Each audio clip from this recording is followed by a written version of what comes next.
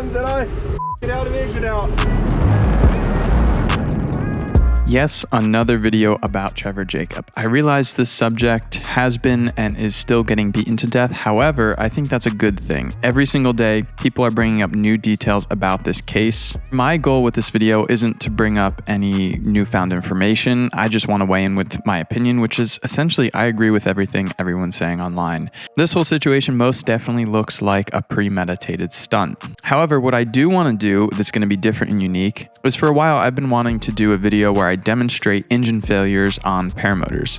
Basically simulate an engine failure, go through my thought process, and show you how it actually get from point A of the engine failure to point B of safely on the ground. So later in this video, we will be doing that up in the sky. However, if you have no idea what I'm talking about or who Trevor Jacob is, here's a quick summary. So on December 24th, 2021, Trevor Jacob posted a video on YouTube of an alleged engine failure over unlandable terrain. In the beginning of the video, he says his plan is to spread some ashes of a friend of his. However, first he has to fly over a mountain range in his 1940 Taylorcraft. He claims that he lost a different friend due to an engine failure over mountainous terrain, and as such, he always flies with a parachute. Fast forward to the engine failure over the mountains, he jumps out of the plane. There's no one else on board. The plane crashes into the mountains with several GoPros on board, which happen to capture everything. Trevor free falls for a long time, finally pulls his parachute, watches the airplane crash below. He lands his parachute in a bunch of bushes, hikes to the aircraft, and then documents his journey out of the mountains where he's rescued by some farmers. How you doing? Oh my gosh. I had an engine out in the mountains and there was nowhere to land. I always fly with a parachute and I'm like, I can either jump right now or take the chance of landing this thing, and I'm that I'm out.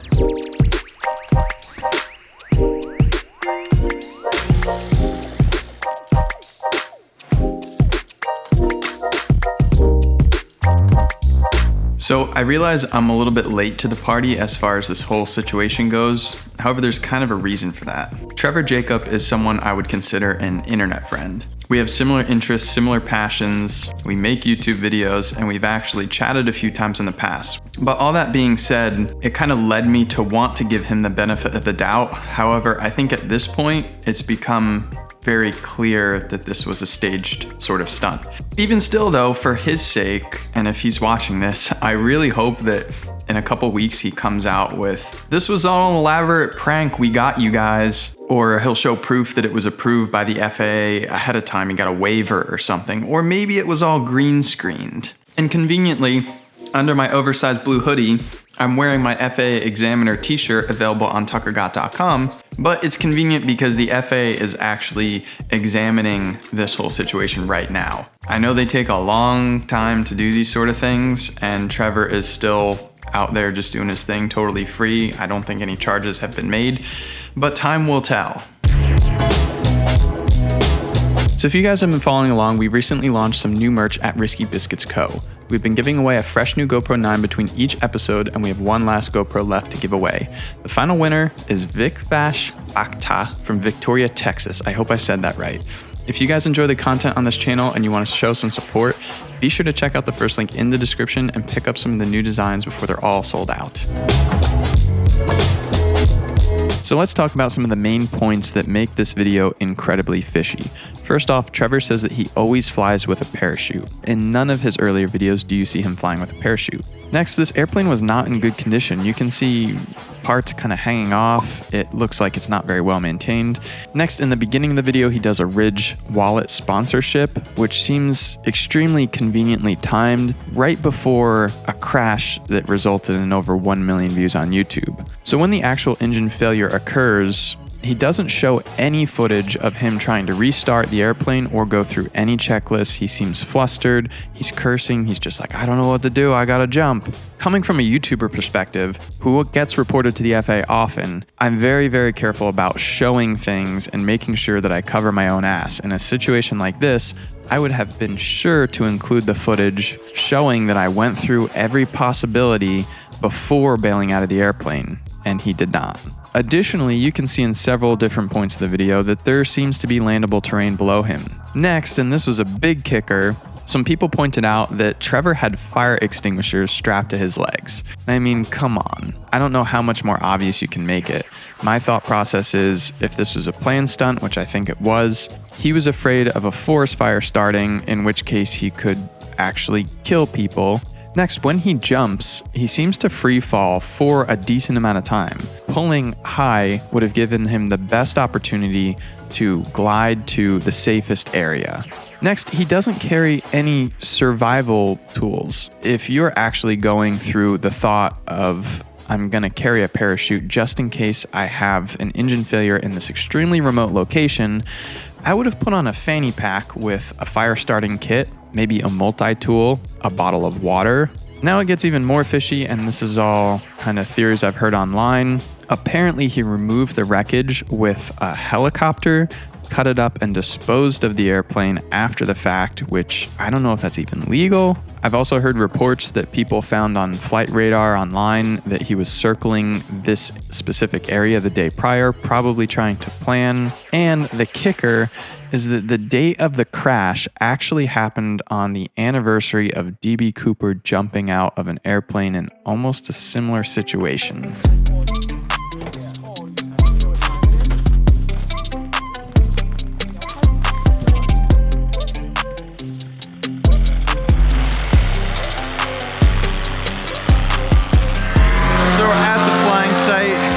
Josh are here, and obviously it's super cold. It's like 25 degrees or something. My plan, I want to demonstrate some motor outs. And as far as motor outs go in the paramotor world, unlike airplanes, paramotors are considerably less reliable. So it's kind of like common practice for paramotor pilots to always have a landing site in mind. However, that's not always the case. It comes down to the risk assessment of each individual pilot. But what I want to do is kind of create some false simulated engine outs for myself, and even though I'm doing it to myself, I want to make them a little bit challenging, so I'm going to kind of do it randomly and have to pick a spot to land. My rule is going to be, I just drop the engine to idle. I'm not actually going to kill it, and I'm going to keep it at idle until I make contact with the ground as if I just landed. Aside from that, we'll see how that goes, and yeah, time to fire up, get up in the air.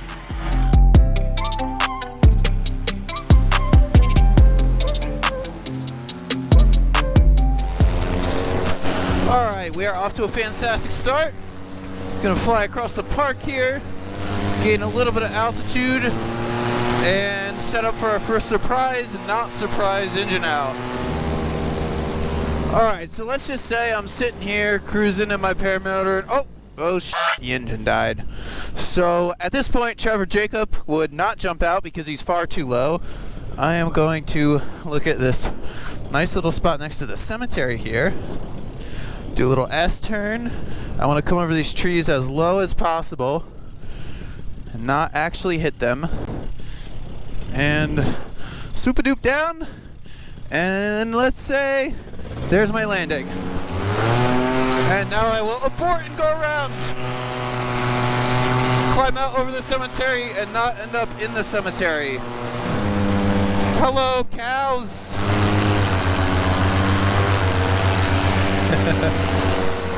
Hell yeah! It's cold as shit out here, but we're doing it! One thing I'll note is that today the wind is kind of prevailing out of the north, and it's strong enough that up at altitude I can feel it, and it's kind of a constant reminder of the direction of the wind.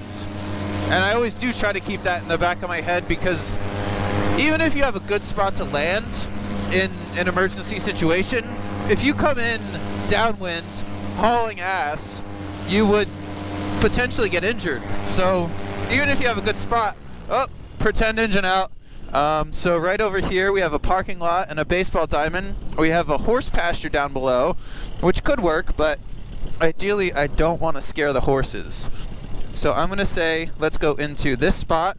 If this was real life, I could be trying to restart my engine right now.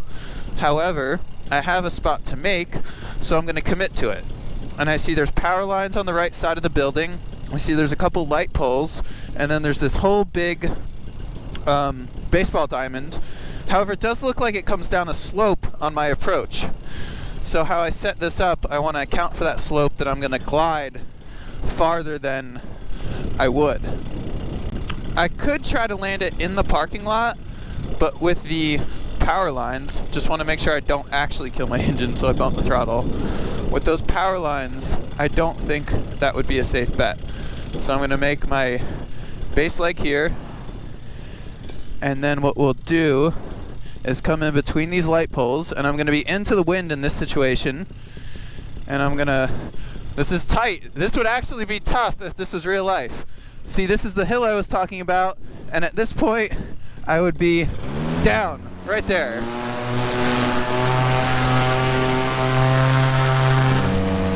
Man, there's freaking ice on the river.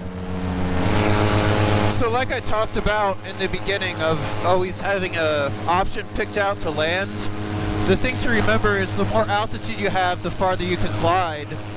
And obviously with the wind taken into account, you can always glide farther with the tailwind.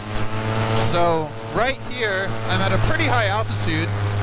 If my motor died right now, there's this big open lot up here where they cleared out an old factory. And I do have other options, like to my left, there's a cemetery there I could reach. But I'm going to use this as an example of gliding to a spot that's kind of far away. So as I'm approaching this spot, I obviously have it made, but there's power line hazard right below me on this edge of the field. And like I said, the wind is out of the north, which is currently giving me a tailwind, and I want to land with a headwind. So if I wanted to make life easy, I would try to land close to the road so I don't have to lug my gear, but that's obviously not top priority.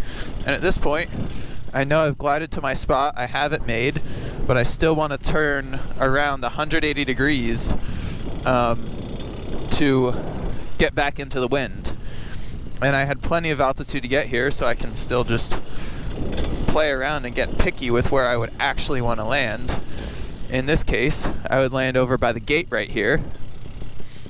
And at this point, life is good. I've got it made. I could come right in, get out of my seat, and land right here. But I think at this point, you guys get the point. You can freaking land a paramotor, emergency land, in a lot of different spots. I could come in right here, scare the shit out of all those deer. I'm gonna go ahead and let my trims out. We'll fly nice and speedy back home. Alright, we're gonna go ahead and actually kill our engine this time. Completely dead, throttle's stowed, and I feel like to an average Joe that doesn't fly paramotors, those simulated situations may look like, I mean, I chose where I was gonna simulate my engine out, but each of those spots did require some spot landing technique. The reason I say that is because this is how I practice spot landing skills. At the end of every flight, pretty much, I kill my engine completely. And I think the key to getting good at it is, one, repetition, but two, it's all about like knowing where you have to be like 10 steps ahead of time. I'm gonna swing her around town, and I want to set up to do a 180-degree turn and swoop on in. Oh, and the wind direction actually changed, but that's okay. We'll figure it out.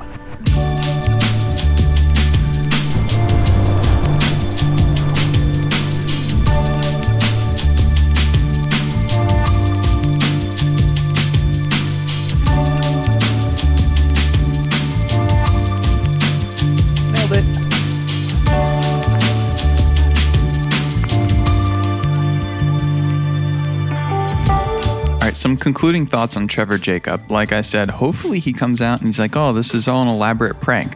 I don't think that's going to be the case. Overall, I obviously think it was planned, staged, all that, and I do think that the FAA is going to crack down on this case. At very least, I think he's going to lose his license. It really is a shame because it gives aviation, pilots in general, a bad name. And I think it gives YouTubers a bad name. I think it breaks some trust because I think the video was kind of deceitful. It's the whole thing of like, how far will people really go to get internet views? And assuming that this was a staged thing, this is like a whole nother level of what people would actually do for that sort of thing. On the topic of paramotor engine outs, I hope you guys enjoyed my demonstrations. If you are a paramotor pilot, I would encourage you to practice this sort of thing. Aside from that, I've got a whole bunch of new content on the way. Check out the Risky Biscuits co-merch linked in the description. And also, if you are a paramotor pilot or you're looking to get into the sport and you're looking for an ozone wing, hit me up, info@tuckergott.com. I'm an ozone dealer and I can help you out with any wing recommendations. Appreciate all your guys' support. I'll see you in the next one. Till then, fly safe, have fun. Peace.